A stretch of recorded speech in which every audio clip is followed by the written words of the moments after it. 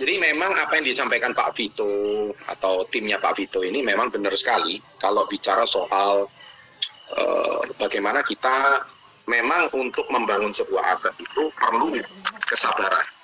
Nah, banyak orang itu kalau membangun aset itu mereka tidak sabar, mereka itu pengennya cepat. Karena mereka itu terbentur dengan yang namanya kebutuhan hidup.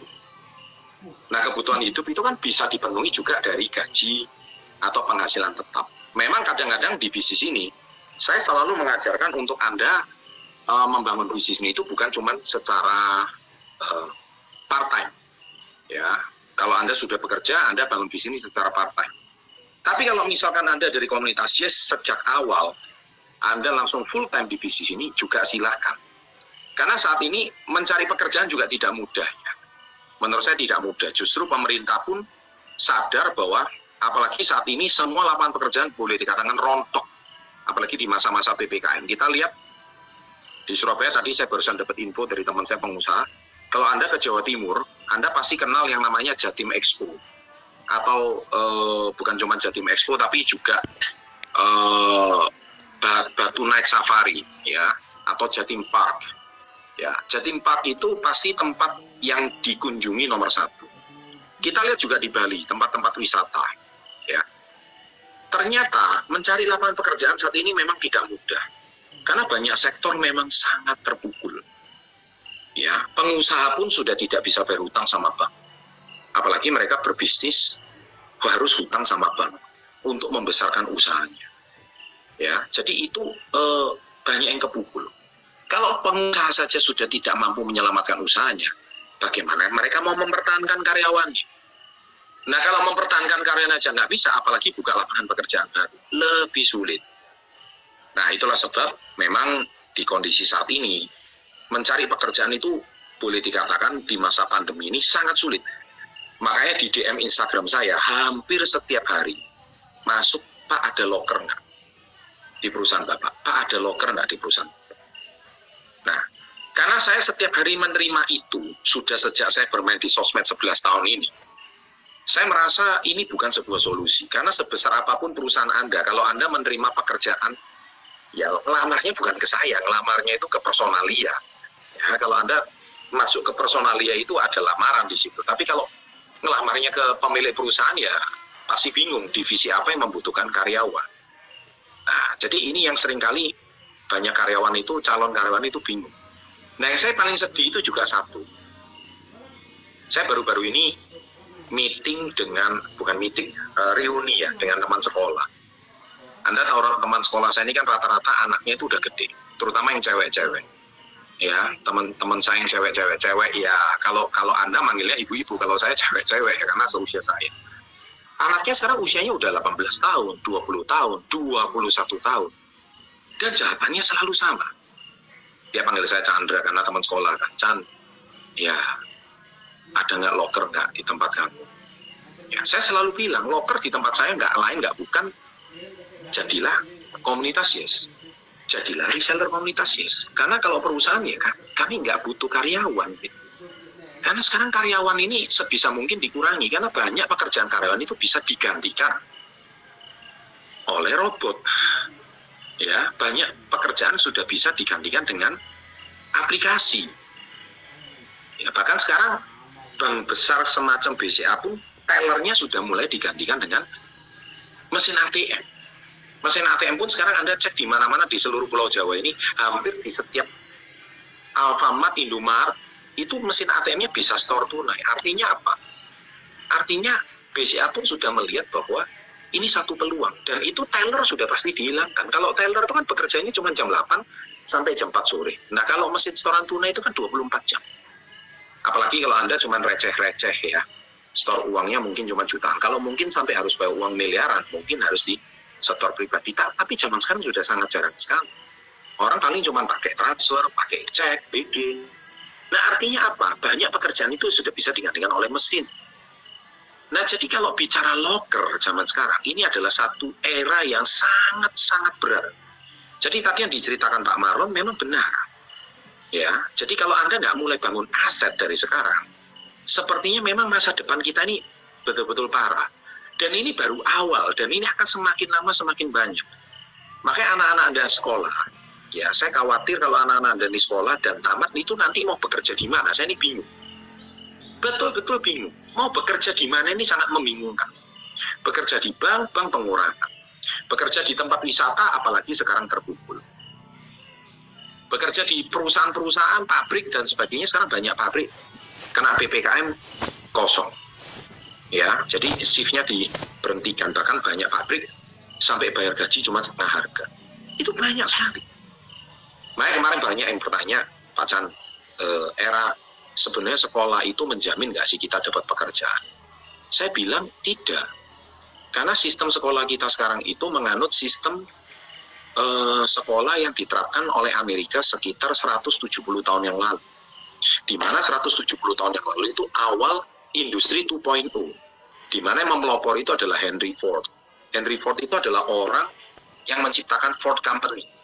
Nah, waktu itu di Amerika, karena kekurangan tenaga pekerjaan, makanya manusia itu diciptakan satu sekolah. Sekolah sistem akademik saat ini. Dan itu yang menginspirasi, mengilhami sekolah di seluruh dunia. Itu awalnya Amerika yang ciptakan. Nah, 170 tahun yang lalu modelnya kelas, pelajaran ada tingkat SD, SMP, SMA, itu semua Amerika yang pelopor. Ya kan? Nah, cuman, yaitu tadi saya katakan, sistem itu ternyata saat ini sudah tidak efektif. Kenapa? Karena di zaman itu memang kebutuhan lapangan pekerjaannya sangat tinggi. Karena begitu Anda lulus, Anda pasti diterima di pabrik. Pasti. Karena pabrik membutuhkan banyak tenaga manusia. Bahkan kekurangan tenaga manusia, makanya diciptakan sistem sekolah seperti tadi. Ya, macam sekarang ini sekolah kedokteran itu diciptakan tujuannya kan supaya menjadi, ya dalam tanda kutip ya, marketingnya pabrik farmasi. Ya, kenapa? Karena dokter itu yang bisa meresepkan obat dokter, dan kalau orang diresepkan obat dokter pasti tebus kan, pasti beli kan tanpa bertanya dua kali kan.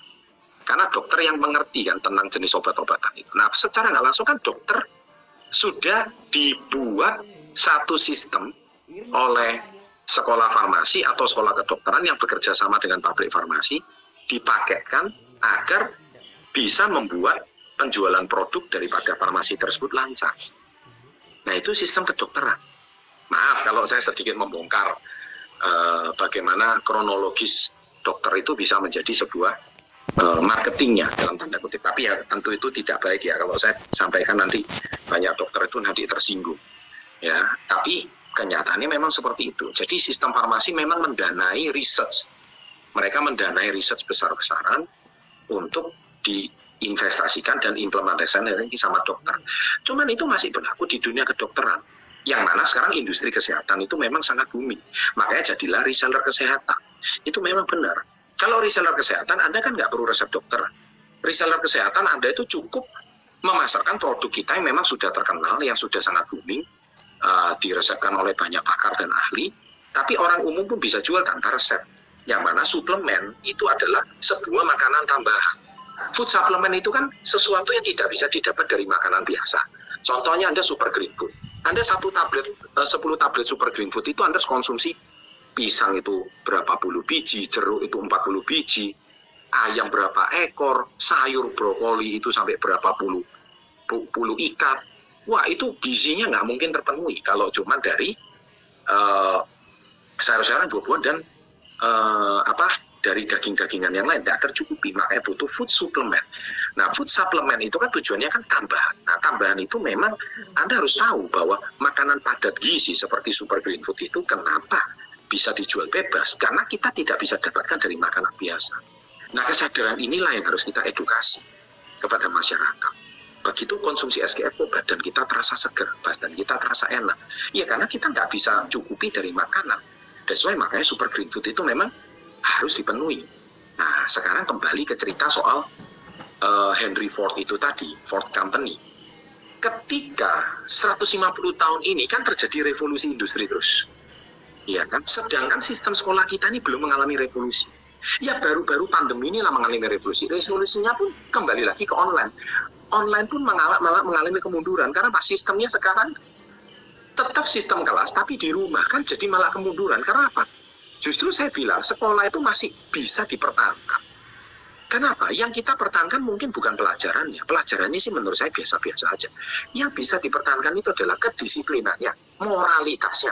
Jadi kalau siswa, kalau di sekolah itu disiplin, moralnya itu terjaga. Tapi kalau di rumah, apanya moralnya mau terjaga? Malah zaman sekarang saya sering dapat laporan anaknya sekolah Zoom di sekolah, pakai Google Meet, di bawahnya nonton YouTube. Nah, coba Anda bayangkan.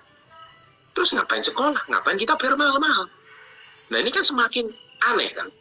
Nah, itulah makanya saya bilang, saat ini mencari lapangan pekerjaan itu semakin sulit. Karena apa? Pabrik itu kalau bisa menghilangkan karyawannya semuanya bisa digantikan dengan mesin. Saya, waktu tahun 2004, saya itu waktu ke Austria, saya itu sudah melihat pabrik padat karya di Austria yang menciptakan kita punya produk Beauty Zen itu. Tahu nggak Anda? Itu pabrik yang segitu besar, itu semua mesin, karyawannya nggak ada. Jadi nggak ada istilahnya padat karya itu nggak ada. Nggak ada karyawan. Karyawannya sedikit, karena semua itu bisa digantikan dengan mesin. Dan itu Austria sudah menerapkan tahun 2004, artinya 17 tahun yang lalu. Nah, Indonesia sekarang masih berlomba-lomba untuk menciptakan pekerja di pabrik. Lupakan. Ya, itulah sebab hari ini saya mau sharing ini, itulah sesuatu yang sangat berat ya. Makanya di Badai Pasir Berlalu, saya ada cerita. Memang ini tidak mudah. Ini adalah sebuah pekerjaan PR kita bersama. Bagaimana memberikan peluang untuk bangsa ini. Memang saya tahu tidak mudah mengubah mindset mental karyawan yang sudah dididik SD 6 tahun, SD 3 tahun, SMP 3 tahun, kuliah 4 tahun sampai 5 tahun. Ya kalau S1 selesai. Kalau mau kurang puas lanjut S2 lagi. Bukan berarti itu semua nggak penting ya. Menurut saya itu memang penting. Tetapi tidak cukup. Saya selalu bilang itu tidak cukup. Nah, yang kurang sekali itu adalah pendidikan mental, pendidikan karakter, pendidikan adaptasi untuk masa depan. Gimana coba bayangkan Android aja, setiap 1 bulan sekali kita itu disuruh restart. Karena ada update sistem baru. Itu Android yang perubahannya begitu cepat. Nah, sistem sekolah kita ini sudah 150 tahun tidak pernah dirubah. Coba Anda bayangkan. Makanya ininya masih diinstal aplikasi 150 tahun yang lalu. It doesn't work, man. Itu nggak bekerja. Dan itulah sebab makanya sistem sekarang ini kacau. Ya kan, makanya orang tua ini juga bingung. Nah, makanya Anda jangan heran ya, kalau sekarang ini meeting Zoom seperti ini Anda mendapatkan sesuatu jawaban yang tidak diajarkan di sekolah. Mungkin kata-kata saya ini terlihat pedas. Mungkin kata-kata saya ini terlihat tidak enak, tapi ini sebuah fakta. Anda kalau mau katakan tetap harus sekolah itu penting. Saya ngomong saya setuju, tapi nggak cukup. Nah, nggak cukupnya itu nggak berani dibongkar sama sekolah. Kalau ini dibongkar sama sekolah, semua sekolah bisa tutup, nggak ada murid lagi. Contohnya sekarang, mata pelajaran yang sama, sekolah di luar negeri. Di luar negeri ditutup gara-gara pandemi. Kita ongkos ke sana berapa? Mungkin 1 tahun, misalkan sekolah di Amerika, menelan biaya berapa? Bisa menelan biaya 1 miliar sampai 2 semester, sama kos tidur sana. Nah, sekarang, sama-sama 1 miliar, tapi bisa diterapkan sekolah di sini online, sama-sama dosennya online. Ngapain bayar 1 miliar? Sekolah sama aja di Indonesia, modulnya sama, materinya sama, cuman bayar 10% ya 100 juta. Ya mendinglah bayar di sini 100 juta. Ngerti maksud saya kan? Jadi artinya apa? Sekolah itu penting tapi nggak cukup. Kalau Anda cuma mau dapatkan 1 gelar degree di sana, ini adalah satu tantangan loh di era zaman sekarang di pandemi ini. Makanya too much change, apalagi sejak adanya pandemi ini, banyak shifting, banyak sekali berubah. Dan itu sudah saya sampaikan 7 tahun yang lalu ketika saya terjun ke YouTube. Anda cek video-video yang lama. Makanya apa yang Pak Maron ngomong itu benar. Kalau Anda ngomong Pak jadi reseller itu sulit, lah terus yang gampang itu apa? Emang kamu ngelamar pekerjaan itu gampang? Emang Anda cari kerja itu gampang? Anda cari loker sampai mati. Mungkin 40 loker belum tentu satu yang diterima. Yang penting belajar kayak ubah mindsetmu, kayak upgrade mindsetmu, kayak belajar supaya kamu benar-benar adaptasi dengan zaman sekarang. Apa yang lagi tren zaman sekarang? Kamu jangan cuma mau dicekokin jadi robot. Akhirnya ilmu 150 tahun tidak mau berubah. Nah, itu udah saya bahas banyak di buku Badai Pasir Berlalu. Bagaimana Anda thinking big, bagaimana di bab 3 Anda itu lihat big picture. Anda sudah harus lihat di sini, ini semua lengkap di babnya. Makanya saya percaya kalau Anda mengupgrade your mindset, Anda bisa adaptasi dengan kondisi apapun. Yang nggak bisa jadi reseller, bisa jadi reseller. Yang kesulitan awalnya nggak sulit. Semua itu belajar ya sulit.